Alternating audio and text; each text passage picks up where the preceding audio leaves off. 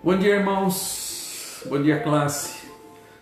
Estamos iniciando o nosso domingo, primeiro domingo de maio, na presença de Deus, para aprender um pouquinho mais da sua palavra nessa escola dominical. Esperamos que nós possamos crescer no conhecimento dessa palavra e também na aplicação dela na nossa vida. Esse é o nosso desejo.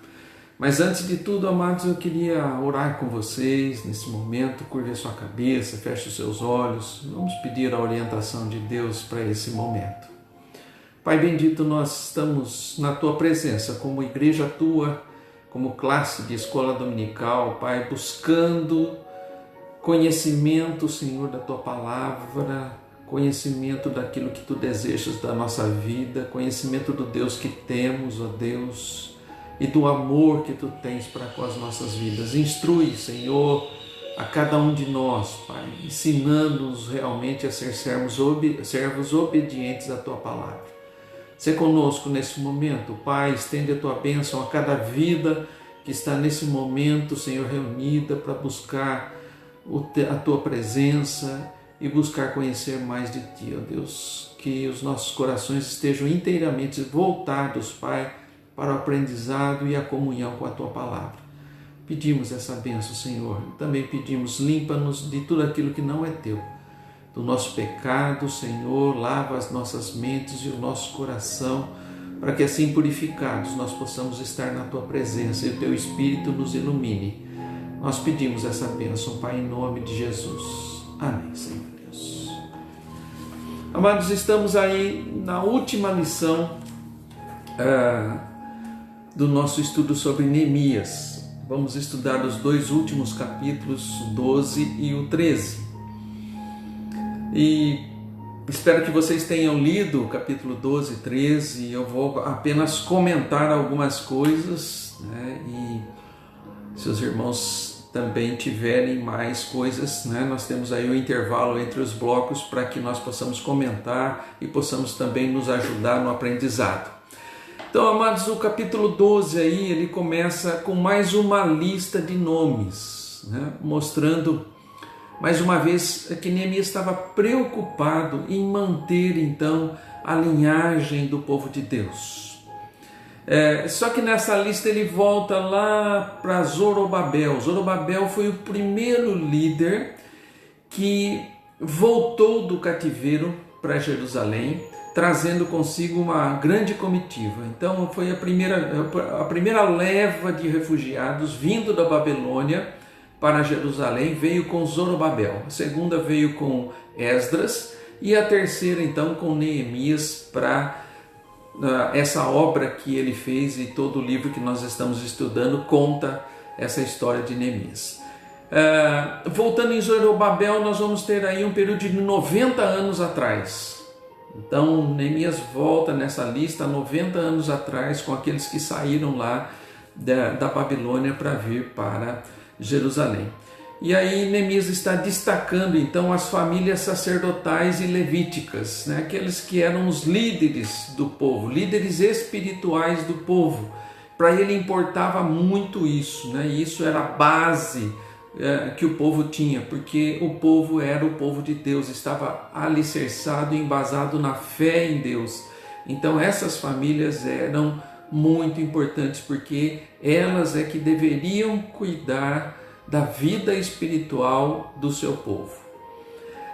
E aqui, amados, fica para nós então a respeito disso. Eu quero colocar 2 versículos aqui no Novo Testamento como lição para nós, né?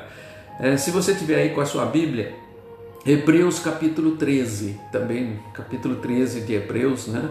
Eu vou ler o verso 7 e o verso 17, quando ele instrui, né, para aquilo que Neemias fez, mas ele instrui para nós, no presente, como Novo Testamento, na graça já.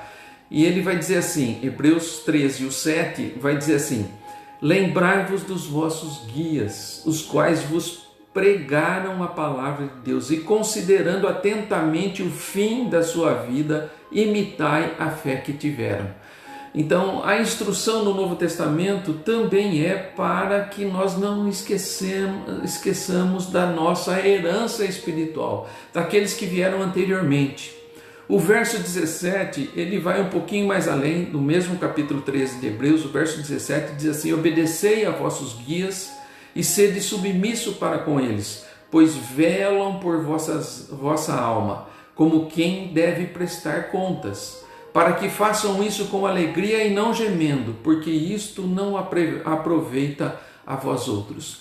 Então, eu creio que isso que é revelado aqui em Hebreus, no Novo Testamento para nós, é o que estava no coração de Neemias, a preocupação que ele tinha com aqueles que antecederam o povo, com aqueles que receberam a lei, aqueles que traziam e consideravam importante as recomendações espirituais e a vontade de Deus, e procuravam zelar por isso diante do povo. Então, eu vejo assim, o Novo Testamento também nos diz para fazer isso, lembrar daqueles que estão sob a nossa liderança, aqueles que têm cuidado, aqueles que estão zelando e velando pela vida espiritual, aqueles que têm essa responsabilidade. E ele diz aí, né, que nós devemos considerar atentamente, né, para imitar a sua fé, né, e também obedecer a esses grupos, porque eles devem prestar conta do que estão fazendo. Deus tem um zelo especial por esses obreiros, né? Pastores hoje, mestres, presbíteros, Deus tem um zelo especial, amados, mas eles também terão que prestar conta pelo seu trabalho e pela sua fidelidade também. Mas a recomendação aqui é para que nós nos lembremos deles, não desconsideremos aqueles que têm cuidado da nossa fé, aqueles que têm procurado zelar pela palavra de Deus para que seja implantado como verdade na vida do povo de Deus. Então, isso é muito importante. Eu creio que isso que estava também no coração de Neemias, mesmo ele sendo um líder, né? Ele lembra daqueles que o conduziram até ali, daqueles que zelaram durante o tempo pela vida espiritual do povo. Então, amados, nós somos admoestados a lembrar dos mestres antigos da igreja e não apenas imitar a sua fé, como também a disposição de sofrer por amor de Cristo. Então, nós temos muitas histórias de vidas que foram consagradas por amor a Cristo, mas foram consagradas para que o povo continuasse sendo um povo de Deus obediente à sua palavra.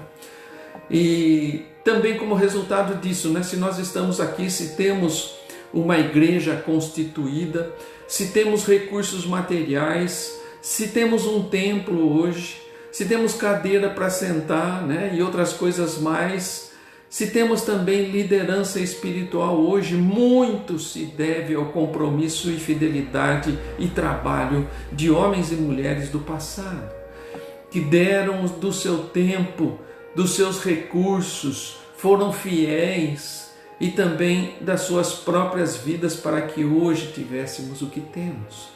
Então, amados, isso é uma coisa que nós devemos ter em nossa mente.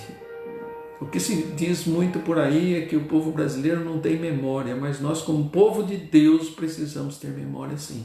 E lembrar daqueles que vieram antes de nós, aqueles que deixaram um legado para que a nossa fé continuasse, né?